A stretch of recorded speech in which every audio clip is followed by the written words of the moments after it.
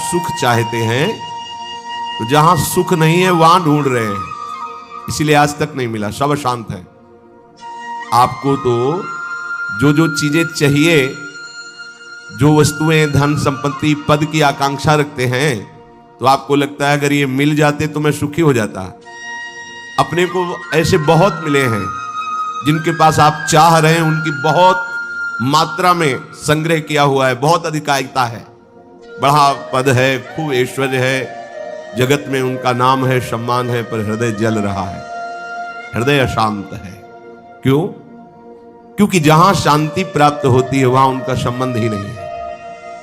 अशांतस्य कुतः सुखम, जिसका चित्त अशांत है उसे सुख कैसा? ब्रह्म।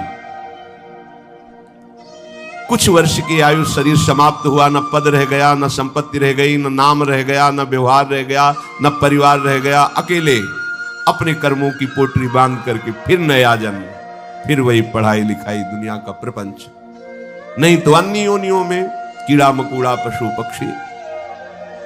विश्राम कहां है? अध्यात्म योग में। श्री भगवान कह रहे निश्रेयसाय, मतलब दुखों का आत्यंतिक नाश, दुख का लेस नहीं जहां।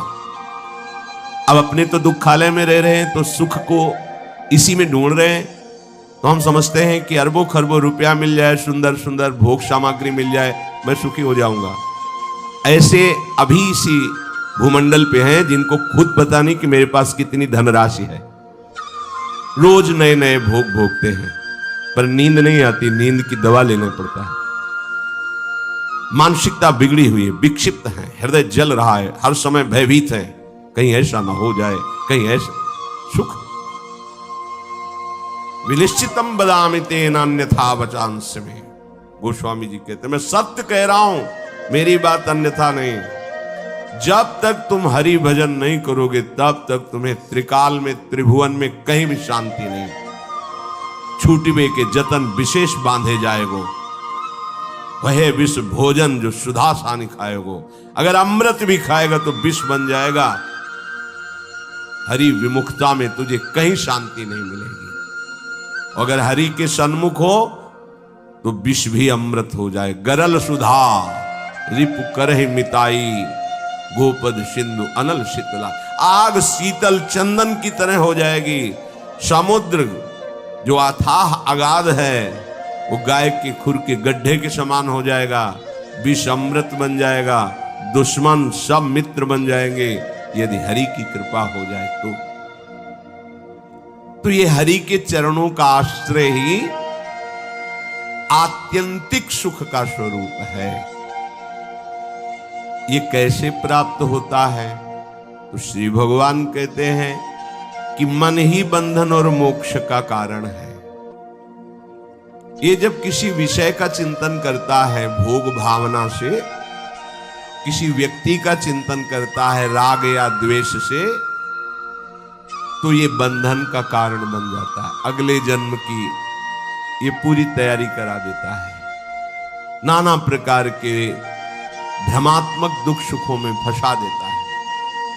और जब यही मन प्रभु का चिंतन करने लगता है, प्रभु के नाम का, प्रभु के रूप का, प्रभु की लीलाओं का, प्रभु के गुणों का, प्रभु के भक्तों का, तो यही मोक्ष का खुला हुआ द्वार हो जाता है। यही मन, जब मन किसी व्यक्ति को भगवत भाव से, किसी भोगों को प्रभु की सेवा में अर्पित करने के लिए, यही मोक्ष का कारण बन जाता है। और जब किसी भोगों को स्वयं भोगने के लिए और किसी व्यक्ति को राग द्वेष से, यही बंधन का कारण स्पष्ट। इसीलिए भगवान बहुत जोर देते हैं अनन्य चिंतन पर।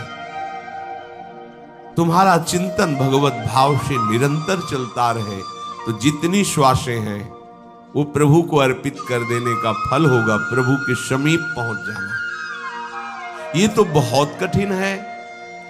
मन को संसार के चिंतन से हटा करके प्रभु के चिंतन में लगाना, ये तो बहुत कठिन है, क्योंकि हमारी आसक्ति हो गई है शरीर में, शरीर संबंधियों में, भोगों में, पद प्रतिष्ठा में।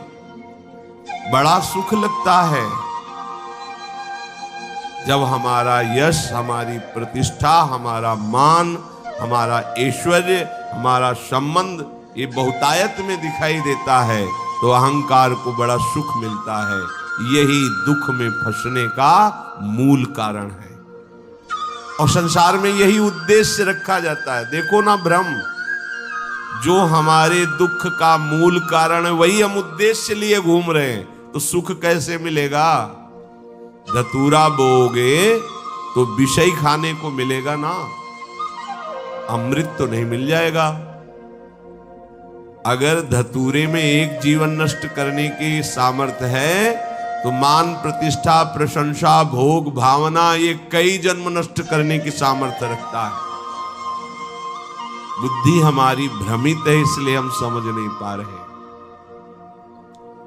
विष तो एक जन्म मारता है, विषय देखो ना, जब से सृष्टि हुई आज तक मार ही तो रहा है। मरते मरते थक गए, मरना नहीं मिटा, फिर मरना पड़ेगा।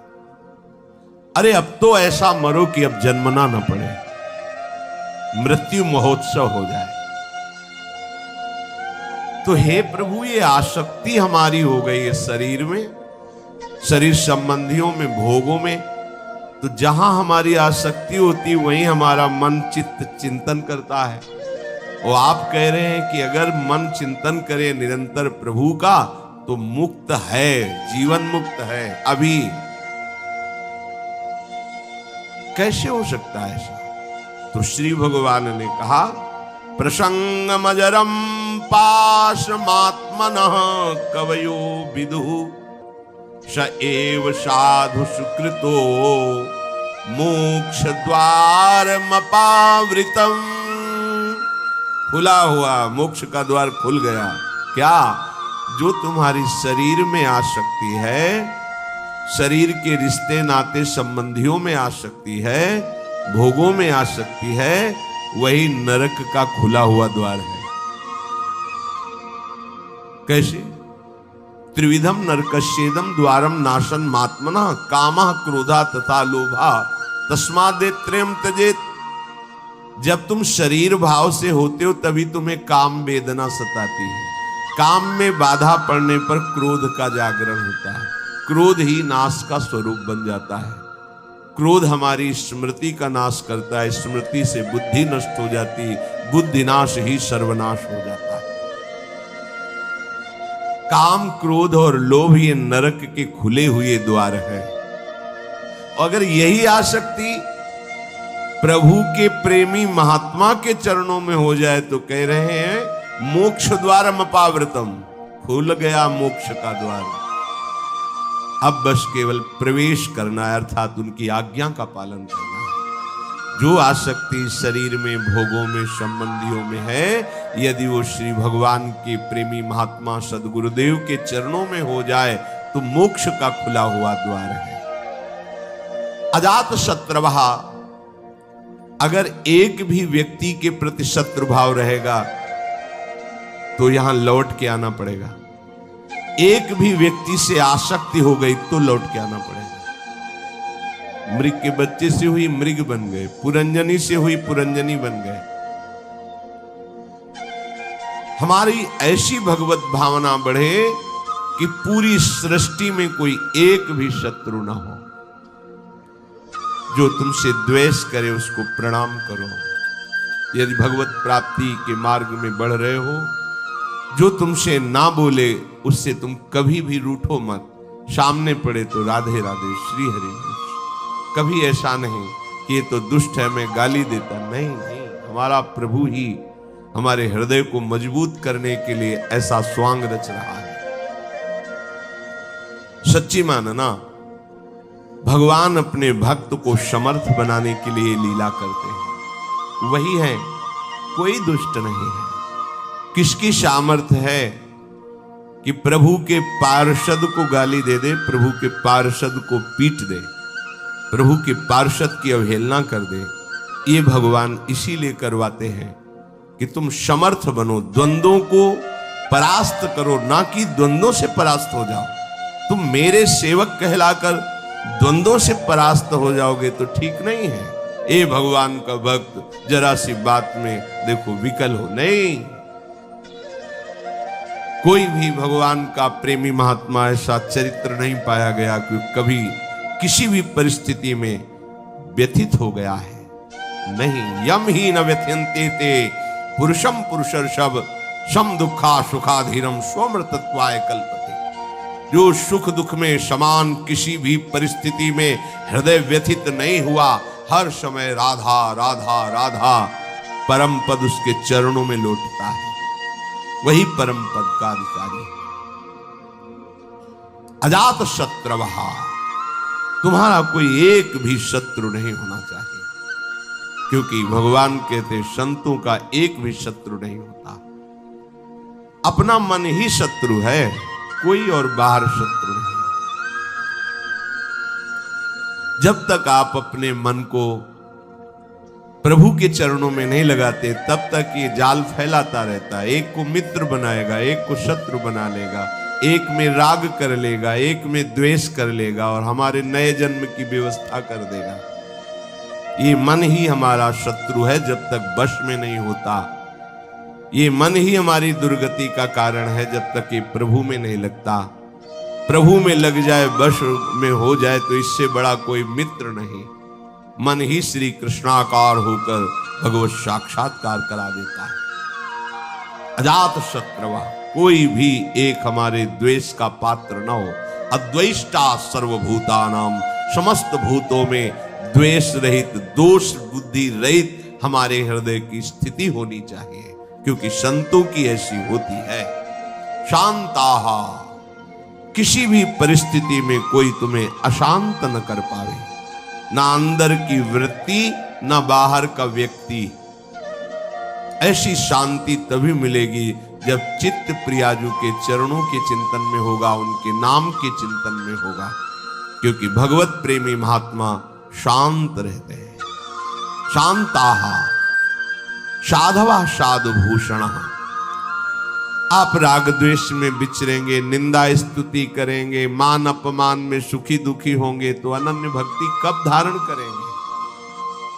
अपने को केवल लक्ष्य पर दृष्टि रखनी है। वही सच्चा निशानेबाज है जो केवल लक्ष्य पर दृष्टि रखता है। द्रोणाचार्य जी ने कौरवों पांडवों को धनुर्विद्या की शिक्षा दी। परीक्षा के लिए एक वृक्ष में चिड़िया टांगी और कहा इसकी आंख पर निशाना लगाना है। जो धनुष उठाता और तीर संधान करता, पूछते क्या दिखाई दे रहा है? बोले वृक्ष, डाल, चिड़िया। बोले रख दो धनुष। सब युधिष्ठिर जी से भी पूछा तो उन्होंने कहा चिड़िया दिखाई दे रही है, फिर आंख दिखाई, रख दो। अर्जुन से कहा क्या दिखाई दे रहा है? बोले गुरुदेव केवल आंख। बोले वेद दे, बस लक्ष्य दिखाई देना चाहिए, तो कुछ भी आपको, कोई भी आपको, कहीं भी आपको परास्त नहीं कर सकता। लक्ष्य श्यामा श्याम, श्यामा श्याम का स्मरण कोई परास्त नहीं कर सकता। लक्ष्य रहित होकर घूमोगे तो सब तुम्हें व्यथित कर देंगे। काम क्रोध लोभ मोह मद मत्सर, ये सब हृदय में ही ये प्रहार करते हैं। बाहर का प्रहार तो कोई भी सह सकता है, लेकिन हृदय के प्रहार को बड़े बड़े वीर नहीं सह पाते। साधक हृदय के प्रहार को सहता है, इसलिए उससे बड़ा कोई वीर नहीं होता। सबसे बड़ा सुभट साधु होता है जो काम क्रोध आदि के वार को हंसते हुए सहकर भगवान की तरफ बढ़ता है। जो विश्व में विश्व विजेता धनुर्विद्या के प्रकांड ज्ञानी, युद्ध क्षेत्र में सदैव विजय प्राप्त करने वाले रहे, वो भी घुटने टेक दिए काम क्रोध के आगे। लेकिन साधु अहंकार रहित होकर पूरे जीवन इनसे युद्ध करता हुआ आगे बढ़ जाता है। इसीलिए सा जयति जयति जग उच्चरे, पूरा संसार ब्रह्मा जी तक उसे नमस्कार करते हैं। ये विजय तभी हो सकती जब लक्ष्य चिंतन में रहे। श्यामा श्याम मयि अनन्येन भावेन भक्तिम कुर्वन्ति दृढ़ाम। अनन्य भाव अपने प्यारी जू के चरणों में दृढ़ाम। कोई भी परिस्थिति या कोई भी प्रलोभन हमें हमारी श्री जी से हटा ना सके, इसे दृढ़ाम कहते हैं। दृढ़ प्राण ही तो जाएंगे, बहुत बार गए हैं, बहुत बार मरा हूं, अब एक बार श्री जी के लिए प्राण समर्पित करता हूं। चाहे जितना भयानक कष्ट दिया जाए, अपनी प्यारी जो से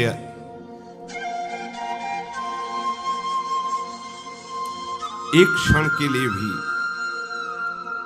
वृत्ति नहीं हटा सकता। और चाहे जितना प्रलोभन दिया जाए, यश कीर्ति सम्मान प्रतिष्ठा जय जयकार, एक क्षण के लिए भी प्यारी जू से चित्तवृत्ति नहीं हटे। इसे कहते दृढ़ाम। भारी से भारी अनुकूलता और भारी से भारी प्रतिकूलता जब अपने इष्ट के चिंतन को न रोक पावे तो उसे कहते अनन्य भक्त। अनन्य भक्त बहुत बड़ी दुर्लभ स्थिति है, इससे बढ़कर कोई पद नहीं है, कोई स्थिति नहीं है। और ये वृंदावन नित्य विहार रस, ये रसिक अनन्यों का है। ये रसिक अनन्यों के नरेश श्री हिताचार्य, श्री स्वामी हरदास जी, ये सब सहचरियां प्रकट हुई हैं इस रस को प्रदान करने के लिए। ये तो अनन्यता से ही आता है रस। मत कृते त्यक्त कर्माणस त्यक्त स्वजन बांधवाः, दो भाव इसके। मेरे लिए सारे सांसारिक कार्य छोड़कर केवल भजन, ये निवृत्ति मार्ग पर विरक्त भाव। और जो भी कर्म कर रहे हैं वो प्रभु को समर्पित करना, एक गृहस्थ प्रवृत्ति मार्ग पर, दोनों को ये करना होगा। मत कृते त्यक्त कर्माणस, मेरे लिए सारे कर्म समर्पित करना, ये गृहस्थ। और मेरे लिए सारे संसार के कर्म छोड़कर एकमात्र केवल प्रियालाल संबंधी चेष्टाएं, यह है विरक्त। नींद खुलने से लेकर सुषुप्ति गाढ़ नींद तक, चेतना से लेकर मृत्यु तक प्रियालाल के सिवा कोई कार्य नहीं करना। अपने शरीर के पोषण का भी कार्य नहीं करना। हमारे शरीर का भरण पोषण प्रियालाल से होगा। हमें जगने से लेकर सोने तक, जीने से लेकर मरने तक केवल प्रियालाल के ही संबंध के कार्य करने, अन्यथा नहीं। ना अपने तन ढकने के लिए, ना अपने शरीर पोषण के लिए, ना अपनी शरीर व्यवस्था के लिए। ये आराध्य देव का भार है, वो देखेंगे क्या पहनाना है, कैसे बैठालना है, कहां रखना है, कैसे चलाना है, इसकी चिंता नहीं। पोषण भरण न चिंत कराही, श्री हरिवंश विभव विलसाई, श्री वृंदावन की माधुरी। और गृहस्थ में धर्मयुक्त कार्य करते हुए वो कार्य प्रभु को समर्पित करना। मत कृते त्यक्त कर्माणस और त्यक्त स्वजन बांधवाः, विरक्त के लिए किसी भी तरह से परिवार के सदस्यों से थोड़ा भी स्नेह नहीं रखना। अगर है तो केवल प्रियालाल के लिए है, प्रियालाल के संबंध के लिए है, प्रियालाल की प्रसन्नता के लिए है। हम घर में रहते हैं, पत्नी पुत्र परिवार आदि के लिए व्यापार नौकरी करते हैं, उनको सुख पहुंचाते हैं। इसका फल हो कि प्रियालाल प्रसन्न हो जाए, क्योंकि हमें ड्यूटी दी, हमें सेवा दी कि इतने परिवार का पोषण तुम करो, पर वो हम कर रहे हैं प्रियालाल के लिए, हो गया। विरक्त किसी भी तरह से अपने शरीर संबंध की वासना का पोषण न होने दे।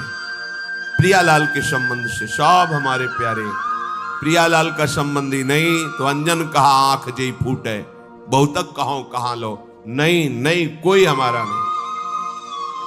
भगवान कह रहे मेरे लिए अपने स्वजन संबंधियों का त्याग कर दिया।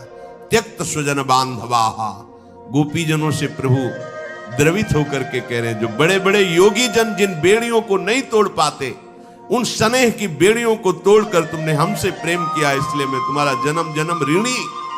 भगवान कह रहे मैं ऋणी तुम्हारा।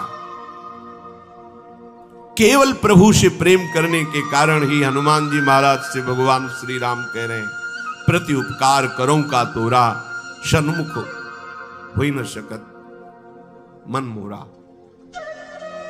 अय वत्स, तुमने जो समर्पण करके हमारे प्रति अनन्य भाव प्रकट किया है, इसके बदले में मैं तुम्हें क्या दे सकता हूं। सकुच के कारण मेरा मन सन्मुख नहीं हो प्रभु के। तुम संतात उरिन मैं नाही।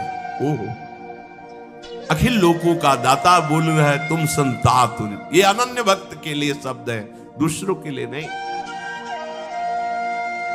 भगवान जब अहेतुकी कृपा करते हैं तब ऐसी भक्ति जागृत होती है, भक्तों के संग के प्रभाव। त्यक्त स्वजन बांधवाहा, ये न तुम्हारे थे न है न रहेंगे। श्रुत बनितादि जान स्वार्थ रत ना करुणे सभी ते, अंत ही तो ही तजेंगे पामर तू न तज। तुझे समझ में नहीं आ रहा। अरे जिंदगी में लाखों का मेला जुड़ा, हंसा जब जब उड़ा तो अकेला उड़ा, कोई तेरे साथ नहीं होगा। तेरा सच्चा साथी हरि तेरे साथ होगा, पर उस साथी से तो तुमने कभी प्यार ही नहीं किया, कभी उसको सुमिरन ही नहीं किया, तो फिर भोगना पड़ेगा। बहुत बड़ा प्रपंच है ये माया का। त्यक्त स्वजन बांधवा, चाहे गृहस्थ में हो चाहे विरक्त में हो। गृहस्थ में हो तो वो प्रभु के जन है, उनकी सेवा का फल प्रभु की प्रसन्नता। विरक्त में हो बिल्कुल किसी तरह से कोई संबंध नहीं, केवल प्रियालाल के संबंध से ही संबंध है। नाते नेह राम के मनियत, सुहद सुसेव्य जहालो। मदाश्रय, केवल मेरे आश्रित रहे। ये बहुत बढ़िया मीठी आखिरी बात। ये जीवन की साधना का फल, ये शब्द मदाश्रया इतना मीठा है, इतना शांति है, इतना आनंद है। बस इसी को समझ नहीं पा रहे तो परेशान हो रहे हैं। हमारा मन नहीं लगता, हमसे ये नहीं होता, हमसे वो नहीं होता। तुम्ही से तो ना, तो तुम छोड़ो अपने को, मदाश्रया ऐसे हो जाओ प्रभु के आश्रय। पता नहीं कल्याण हो कि ना हो, जो हो रहा है वो भी छूट जाएगा, पता नहीं कौन सी गति हो। तो संशयात्मा विनश्यति, इस पर शास्त्र सब कुछ वर्णन करते। तुम्हें प्रभु पे भरोसा नहीं है, प्रभु का आश्रय ये पूरे जीवन में इसी ने चलाया है, मदाश्रया ने इसी ने पोषण किया है, और यही हमें बेपरवाह रखा है ना प्रभु। मदाश्रया प्रभु का, कोई साथी नहीं है, कोई साथी नहीं। एकमात्र श्री हरि, एकमात्र प्रिया जी। आश्रय ये बहुत अमृत शब्द है, समझ में केवल आ जाए। अभी इसी क्षण बिना साधना के मुक्त हो, अगर ये बात समझ में आ जाए। पर अभी तो समझ में आ सकती कुछ मिनट के लिए, क्योंकि यहाँ का वायुमंडल है मदाश्रया का। तो अभी सब पर गेट के बाहर निकलते ही हवा बदलेगी तो विचार बदल जाएंगे। मदाश्रया ये गुरु कृपा से आई हुई भारी विपत्ति, प्रतिकूलता, असाध्य रोग, अपमान, निंदा, ये सहयोगी होते मदाश्रया के लिए। ये मदाश्रया में बहुत सहयोगी होते हैं, और इनको कौन चाहता है, इसीलिए मदाश्रया नहीं हो पाता। वो हम के आश्रित रहता है, साधना का आश्रय ले सकता है, क्रियाओं का आश्रय ले सकता है, व्यक्ति का आश्रय ले सकता है, लेकिन मदाश्रय भगवद आश्रित। और भगवद आश्रित बहुत बेपरवाह और ऐसी वस्तु मिलती है जो किसी साधना से नहीं मिलती। पर ये हृदय का विषय होता है, वाणी का नहीं होता। केवल वाणी के कहने से हृदय शांत नहीं हो जाएगा। निज सुख बिन मन होई की थीरा, जब तक मन में ये आश्रय जागृत नहीं होगा तब तक बात नहीं बनेगी। और ये जागृत तभी होगी, लिख लो, जब तुम्हारा अपमान होगा, निंदा होगी, शरीर किसी असाध्य रोग से ग्रसित होगा, सब तिरस्कार करेंगे, सब, कोई सृष्टि में प्यार से देखने वाला नहीं होगा, तब सच्चा मदाश्रय उदय होता है।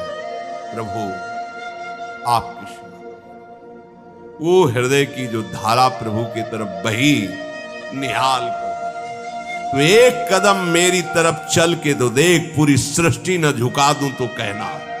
भगवान के वचन, एक कदम तो चल के देख मेरी तरफ। ये अंदर की बात है, बाहर से आप कहोगे तो हम 500 किलोमीटर से आए, एक कदम की क्या बात है। बाहर से दौड़ने वाला कोई वीर नहीं कहा जाता। अंदर तो आप वहीं बैठे हुए हो, शरीर में, उस शरीर संबंधियों में, शरीर भोगों में, एक कदम कहां चले। अंदर की बात है आपको। ये मदाश्रया अंतिम सांस तक हो जाए तो परम पद भी मिल जाएगी। बहुत बार बता चुके, फिर समझ लीजिए। द्रौपदी जी महान भक्ता हैं, भगवान से मिलती हैं, बात करती हैं, पर ये विपत्ति, ये दुख, ये असाध्य रोग, ये अपमान, ये निंदा, ये मदाश्रया को जागृत करता है, दूसरा नहीं, दूसरा नहीं। अभी तक पूर्ण मदाश्रया द्रौपदी जी नहीं थी, क्योंकि जब कर्ण और दुर्योधन के आदेश से दुशासन महल में प्रवेश करता है और बाल पकड़ करके अपवित्र दशा में उनको घसीटते हुए सभा में लाता है, तब एक बार भी नहीं बोली हा श्री कृष्ण। क्यों? अंदर आश्रय है। ऐसे महावीर है कि अगर भीम गदा उठा ले तो त्रिभुवन में सामने उनके टिकने वाला वीर नहीं है। अर्जुन अगर गांडीव चढ़ा ले तो किसी को भी ललकार सकते हैं, भगवत शक्ति से संपन्न है। अगर युधिष्ठिर जी भाला उठा ले तो सामने कोई महावीर भी टिकने वाला नहीं है। मेरे 5 पति हैं और सभा में परम धर्मात्मा भीष्म जी विराजमान है, जो महात्मा हैं। क्या उनके होते हुए ऐसा हो सकता है? द्रोणाचार्य जी हैं, कृपाचार्य जी हैं, बड़े बड़े वीर बैठे। एक बार भी नहीं है कि मेरे श्री कृष्ण हैं। पढ़ के देख लो, व्यास भगवान द्वारा रचित महाभारत, उसका स्वाध्याय किया है पूर्व में। एक बार भी नहीं आया कि मेरा परम प्यारा मित्र श्री कृष्ण है ना, वो बचा लेगा। अगर ऐसा आता तो दुशासन केस में हाथ ही नहीं रख सकता था। विश्वास कीजिए, महल में ही केस नहीं पकड़ सकता था द्रौपदी के। गई सभा में बड़ा उपहास कर रहा है, कर्ण और दुर्योधन गंदे शब्दों से बोल रहा है। नहीं बोलना चाहिए। ऐसी धर्मात्माओं की सभा में ऐसी महान देवी को ऐसे शब्द नहीं बोलने चाहिए। बड़े अपवित्र शब्द बोले। तब उनकी दृष्टि गई तो 5 पति सर झुकाए बैठे हैं, कोई देख भी नहीं रहा है। कृपाचार्य द्रोणाचार्य सदगुरु हैं, पिता की तरह हैं, कोई नहीं बोल रहा। भीष्म जी की तरफ देखा और कहा, मैं केवल इतना पूछना चाहती हूं कि क्या केवल महाराज युधिष्ठिर को अधिकार है मुझे हारने का? क्या यह धर्म है?